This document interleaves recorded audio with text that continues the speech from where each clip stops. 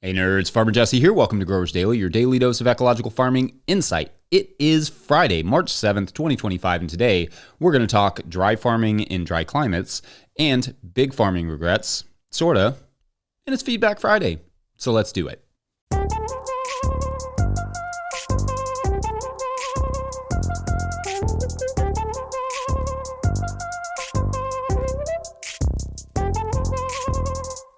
All right, welcome to Friday, everyone. I had office stuff to do yesterday, and then I got the jerseys together for the soccer league. So there's not a whole lot to report there that's very interesting. I'm looking at a busy 10 days or so coming up with the forecast the way that it is. So maybe I should learn to enjoy these less intense days a little bit more. So yeah, it was quiet, and quiet is fine. Otherwise, it is Friday, which of course means Feedback Friday, where we look back at the week's topics and see what you all were saying. On Monday, we talked about things to keep in mind headed into the spring, and I like this from @JVIN248, who wrote, quote, "The absolute hardest to avoid planting too soon is all the YouTube videos from folks much further south than you showing off how they are planting or what is already up. Like I just saw a cornfield with corn up 3 inches. That was planted along the Texas Gulf Coast," end quote. Yeah, I mean, I have friends who are not that far from me who are already planting things that I know wouldn't do well if I planted them here right now. But they are, of course, closer to the coast and in a slightly warmer ag hardiness zone. So I know to hold off from experience, but it is hard when you're seeing all these other people doing things and you're like, should I be doing something? Probably not. I mean, there is no easy way to know or to determine how to and when to do something, but definitely don't follow the planting schedules directly of people who are not in your region or ag hardiness zone. If you're further north than I am, in a colder region, hold off for a bit on the early springs planting stuff that I'm doing. If you're in a warmer ag hardiness zone, well, you will have to get in a time machine and figure out what I'm doing in like a week or two to know what you should be doing now. Of the two, I envy your position the least. Also, I liked this from @Sable4980, who quotes me as saying, "It's the last chance to get stuff done, but also, keep in mind you also have time," and writes, quote, "Please elaborate. I have these same opposing thoughts," end quote. What they're referring to here is that I said March is your last chance to really get any non-production stuff done, like tractor maintenance, before the farm erupts, but also you have time to get it done right. This is especially true because you will absolutely not have time to do it again later without foregoing something else you need to be doing. So whatever projects you're doing right now, just do them right. Take your time. And that especially goes for planting. Sometimes I rush plantings and all I had to do was take a little bit more time to make sure that bed was prepped well. Some of our military friends, like @ChrisMain7472 and others, have added the adage "slow is smooth and smooth is fast" as something they learned in the military. Chris elaborates, quote, "It's worthwhile to take the extra time to do things just right. Over time, the process will become muscle memory, and you will do it faster as you've learned how to do it slowly," end quote. Yeah, that. On Tuesday, we broke down spring kale and got this question from Cat Funk's Fabulous Finds, 97045, who asks, quote, "Do you replant your kale each year?" end quote. Okay, so great question. Some of you may be like, yeah, duh, you have to because it's a biennial and it'll flower. But in warmer regions, certain varieties will effectively perennialize. There are varieties, various kales and collards, that will basically just keep growing indefinitely depending on the weather and the culture. So most growers in my climate will indeed start kale every spring because we have to, and generally every fall. But I've seen collards and kale in Southern California that were taller than I am, and I am currently the tallest person in this office. Then on Wednesday, we talked about buying compost and also about megafauna. As you do. Lots of good nerdy comments on that, on the megafauna part. And I liked this from Angela Green 5144, who reminded us that, quote, "Fun fact, we still have two creatures considered megafauna here in North America, the moose and the bison. I have moose sometimes wandering through my fields, and oh my gosh, are they stupidly large. They're basically a Clydesdale with antlers. No bison yet, but it is a possibility that I am very close to a couple of parks and farms that have bison behind large fences," end quote. Indeed, still a few megafauna around there. Several interesting things came up with the compost discussion as well, like this from Bill Snyder 6945, who wrote, quote, "I found a source of alpaca manure I understand can be added directly without composting. As a backyard gardener with no organic rules to follow, do you see any issues with using this to amend and till into my clay soil to start new in-ground beds. I also have compost that is mostly done. Is that a problem to till it in as well? End quote. And thanks, Bill. So no, finished compost is fine to work into the soil. By and large, like if the compost is done composting, it shouldn't be a problem in your soil. But as for the alpaca manure, I see a lot of references online to people saying alpaca manure is good to go on gardens, which isn't strictly true. All raw manure applications will take some time for their nutrients to become available to plants. Alpaca manure in particular is relatively low in nitrogen, so the risk of like burning crops like you would with like raw chicken manure is lower, but the risk of over applying potassium and phosphorus is still there. Also, if you're working it in, it's a little bit different than if you're just leaving it on the surface, because surface applications won't be nearly as plant available for a longer period of time. If it's worked into the soil, it could become more plant available quicker. But also think about in terms of zoologic pathogens, so that would be like those that can leap from an animal to a human. It's not the best idea to apply raw alpaca manure or any raw manure around crops you plan to eat anytime soon. The manure can contain human pathogens, so just be smart about it. As arbitrary as I find the 90-120 day rule, I think applying the manure well before you intend to eat anything from your garden space is generally a good idea for both nutrient availability to the crop and just general food safety, even if it's just for yourself. Then yesterday, I took a question from Patreon member Josh, who had requested more content on perennial fruit trees and canes. And I assumed Josh meant like canes like sugar canes and not like berries, but several commenters pointed out Josh likely meant fruit canes, which makes far more sense given the context of the question. It's possible I just wanted to explore sugar cane so much I refused to see what the question for what it was. Again, confirmation bias spares no one. That said, it is a little weird that we call them cane fruits and not briar fruits, or just, I don't know, berries, since they are not grasses. But there were a few people who expressed interest in some more info on sorghum and canes, so everyone wins. Also, it reminded me to order some lemongrass, which is like a mini cane, and also delicious. Anyway, more comments and questions than I can ever get to, as always, from you. But I appreciate your contributions. Best comment section on YouTube, as always, forever. All right, we're going to take a quick break, and when we come back, dry farming, dry regions, BRB. Today's episode of Growers Daily is brought to you by So Right Seeds. So Right Seeds is an heirloom seed company that offers fresh, high-quality, open-pollinated seeds. They have a great selection on their website of over 400 varieties, along with a planter's library with tips for growing. They offer cover crops and bulk packs of seed for sustainable home gardening. The instructions on the back of their packets have all the information you need to get started. Go to So Right Seeds, that's S-O-W, and use my discount code NOTIL for 15% off your order. That's SoRightSeeds.com. Today's episode is also brought to you by Peaceful Heritage Nursery. If you're looking for hardy and resilient fruit trees, berry plants, or pawpaw trees, then check out Peaceful Heritage Nursery. Peaceful Heritage Nursery LLC is a mail-order nursery shipping premium quality fruit trees and berry plants across the USA.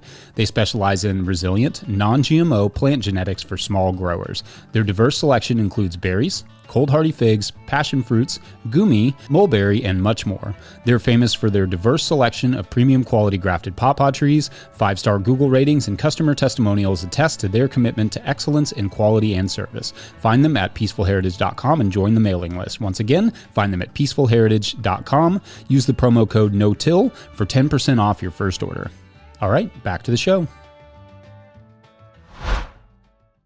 If you, the listener, are enjoying this content, getting even a small amount of value from it, consider supporting our work over at patreon.com/no-till-growers. I will try to get to questions from everywhere that questions come in, but I will always get to your Patreon questions. Now, today's Patreon question comes from Patreon member Jesse Turretts, who writes, quote, "Dry farming. Hey, Farmer Jesse, a home gardener and aspiring farmer here in LA. Can you talk about your experience with dry farming? Would love to be able to apply some practices down here, but I'm uncertain where to start or if it can work in the San Fernando Valley, hot and windy.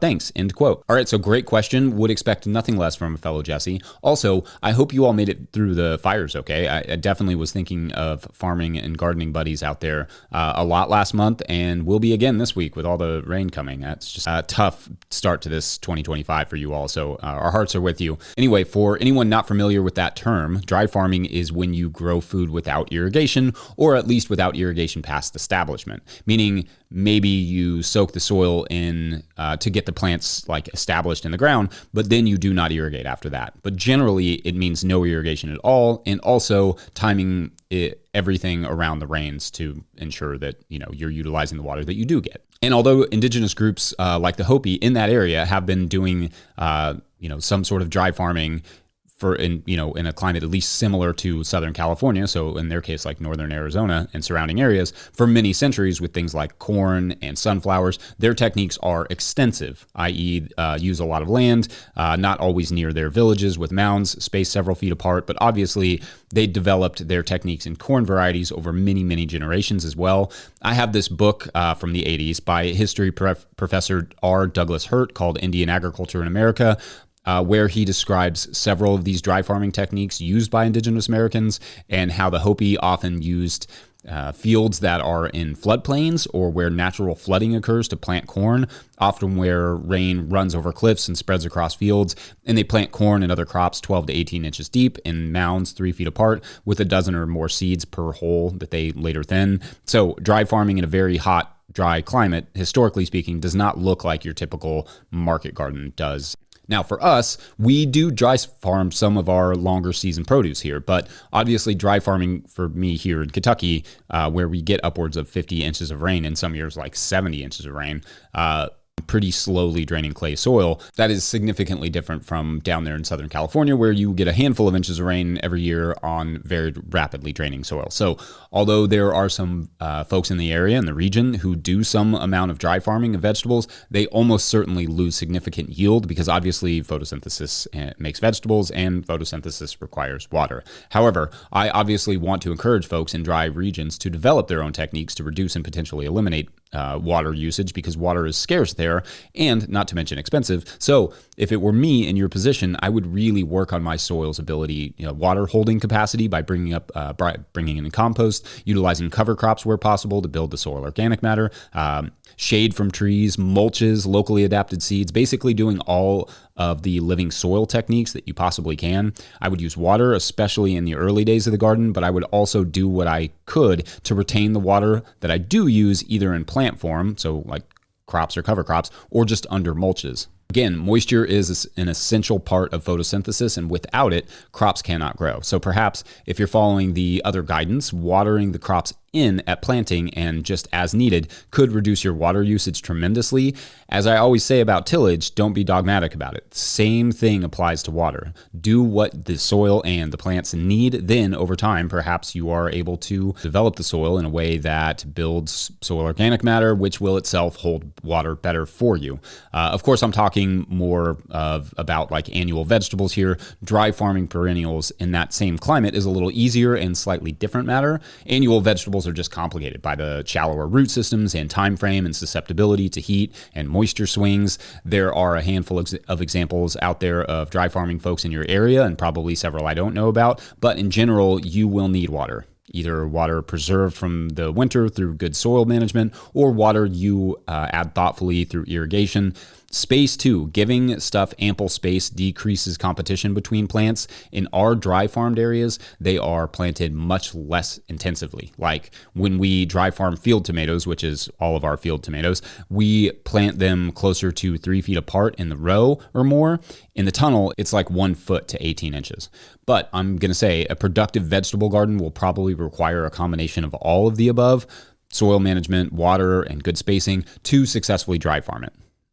Anyway, I hope that's at least a little bit helpful. Otherwise, we're going to take a quick break, and when we come back, mistakes.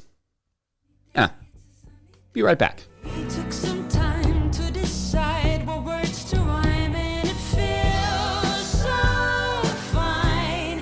Now it blows my mind.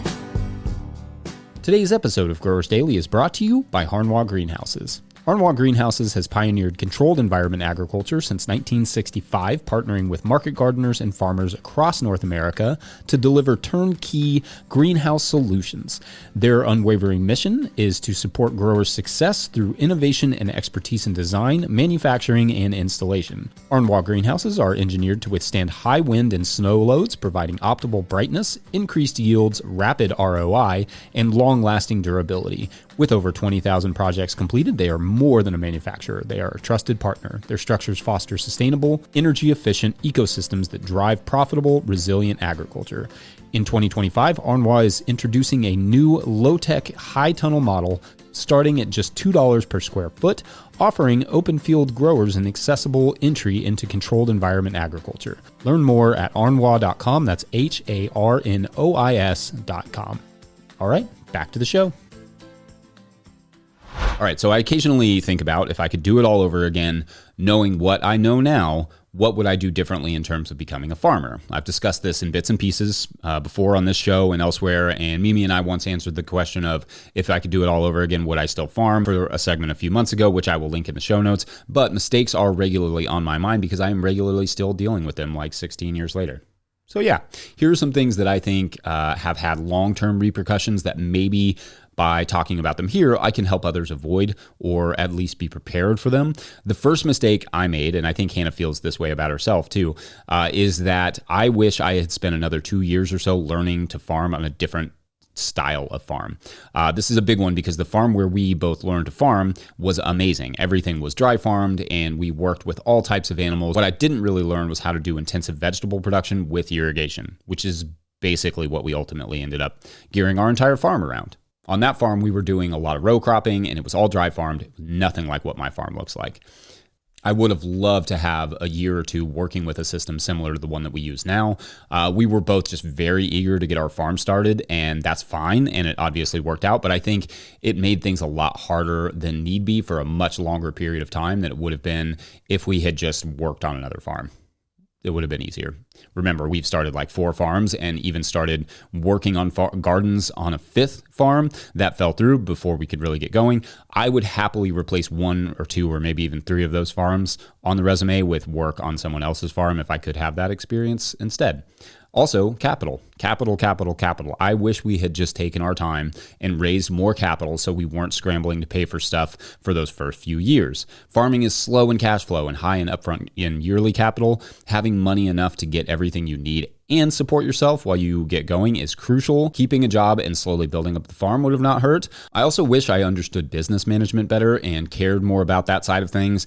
And not just as the business grew, but before we even started. I wonder if I had sat down and really looked at what it means to run a business, if I wouldn't have just taken that startup capital and started a farm with another family or someone that did aspire to run a really successful business, like was really passionate about business. Romantic and cool as farms are, they are purely a business. And it took me way too long to appreciate that. We even had an opportunity to work with somebody else, so somebody similar to that, somebody who loved business, and probably we could have done something really great together. But it was really early on and we passed on that because somewhat naively, we just wanted to do our own thing. The business side has always been a struggle for me because I just find, I mean, it's a curse, but I just find nothing less inspiring than money.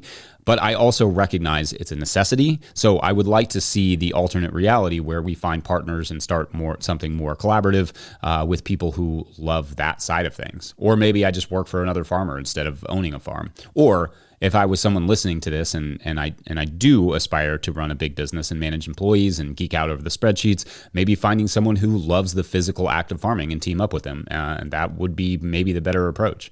It's at least worth thinking about. When I look over all the quote unquote regrets I have, in fact, most of them deal with rushing it, with wanting a farm more than understanding what a farm is, rushing to become a farmer and own land and have a business before really investigating how best to do all that for my personality and skill set. But I did the whole quote unquote thing there with the word regret because I simultaneously don't technically regret any of it. I made things harder on myself for sure, but I learned a whole heck of a lot along the way. And now I get to share that with you all. So hopefully through this show, you can avoid some of the mistakes that I made or at least learn from them. It's like I've said before, the best coaches were not always the greatest players. Sometimes they were just good at seeing where they screwed up and at helping other people avoid those mistakes. Anyway, what, if anything, would you all do over again? Let us know, and then go and enjoy your weekend. Big games upcoming for, well, all of the teams I follow, really, and the NWSL starts next weekend, including and the SEC tournament and all sorts of stuff. I love this time of year. March Madness indeed. I'm going to wrap it up there. Enormous thank you to all of our show sponsors. Huge shouts to Willie Breeding for the theme music and the team at No-Till Growers for their support. Also, shouts to Epidemic Sound for the background music. Awesome. Pick up a copy of the Living Soil Handbook or the Seed Farmer at no-tillgrowers.com to support our work. Big thank you to everyone over at patreon.com/no-tillgrowers, where at a certain level, or if you just bump up from one level to another, or sign up in the month of March, you get a shout out on the show. So big shout outs today to our weeklies. Have some joiners. Shayna and William Curry and Randall Duran, Alex and Oliver, Maina, Stacy Moorman, Bill King, Chris Yates, and Stephen Smith. What are they up to today? So this group is trekking across they're hiking the Appalachian Trail, and they're somewhere, I don't know, deep in North Carolina. And they're such a big group that they kind of have to split up. So they kind of have to split up their campgrounds, and they're all like pretty close to each other, but they're kind of out of earshot. And anyway, one in the morning, they stop, they set up their camps, and then in the morning they wake up, and one of the groups, one of the small like 3 or 4 people, are missing. And so they kind of look around, all their stuff is there, and then they see a small trail of ironically trail mix, and it's just headed out into this brush, and so they kind of follow it and they push the brush aside, and on the other side of the brush is this just like hidden path, and it goes deep into the woods. So and of course, like a normal person, they don't like call the authorities or anything, they just follow the trail to try and find their friends, and that's where our story begins. So anyway, everyone have a great weekend. We will see you back here. I'll be back here, you'll be where you are on Monday. Yeah. Thanks for watching and/or listening. Bye.